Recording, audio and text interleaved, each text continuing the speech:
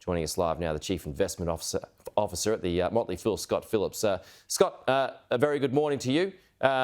Just starting off with this housing fund, what are your thoughts on it? Is there reason to be alarmed? Is there reason to be happy about it? What's your take? Pete, good morning. I can confirm I wasn't on the Prime Minister's plane, mate. If I was, I would have paid my own way, just to clear that up. Mate, look, the Housing Australia Future Fund thing, it's a good idea in concept, right? We need more affordable housing. We need more social housing. I think the reality of that is absolutely clear, given the low vacancy rates and the high prices. The Greens wanted, of course, a rent cap. Honestly, I think the best thing out of yesterday's announcement was the government managed to do the deal without agreeing to a rent cap. Every premier around the country has said they don't want it. Yeah, the Feds can't agree to that anyway. Well, that's also true, exactly. But it's bad policy either way. So, look, that's a real positive. Another $1 billion for housing, I guess, what's $1 billion among friends, but it gets the deal done.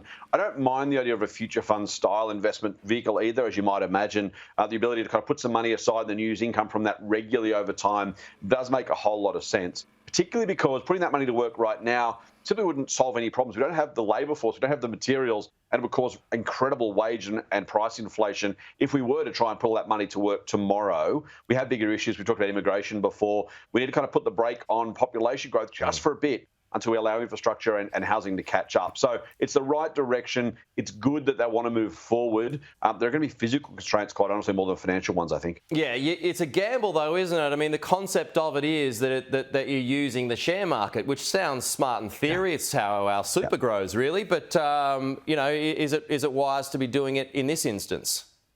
Mate, it's a really good question. I think so. Adam Bant was out on Twitter yesterday calling it gambling on the stock market. I think, look, I'm a stock market guy, right? So you probably know what I'm going to say. The simple reality is over more than a century, the Australian stock market has been volatile, but has delivered extraordinary gains. About 6% real, so about 9-ish% over 120 odd years.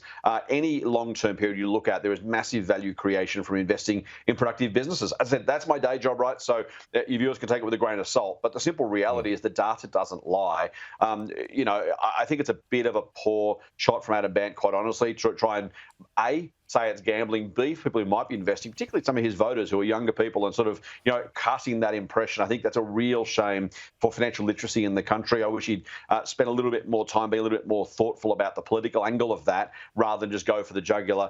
There'll be bad years. Of course there will. As you say, mate, that's exactly what super's about. Yeah. I haven't seen the Greens, maybe they have said they want to dismantle super, I'm not sure. But the extraordinary wealth created by a whole lot of people through investing regularly, letting compounding do the work is just incredibly powerful. It's a shame that he's taken the easy option rather than maybe being a little more thoughtful about the criticism. Isn't it, when it comes to the share market, on average, isn't it you have in 10 years, you generally have one bad year, but 9 good years?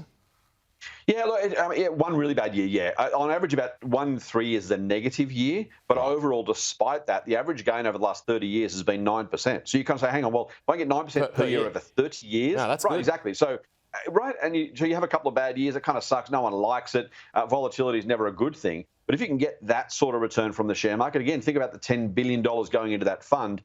If you make 9% a year, you're doubling your money every 8 years. Do that for 24, 32, 40 years. You've got sitting on a very large amount of money that can be used for public good. Hey, just finally, this is an interesting one. Emirates has unveiled plans to send a third A380 into Sydney every day from November. It warns, though, it will not reduce airfares, and Emirates got a relationship with Qantas, right? Isn't that something to highlight here? Funny that, yeah. I think it's well worth highlighting. The other thing too, by the way, and look, honestly, so let me be a bit sceptical, but also a little bit hypothetical to avoid myself getting in trouble. If you were going to add capacity in a market, but you didn't want that capacity to scare your competitors into lowering their prices, you might say, look, guys, we're adding some capacity, but we don't think it's going to drag prices down, so no one needs to worry.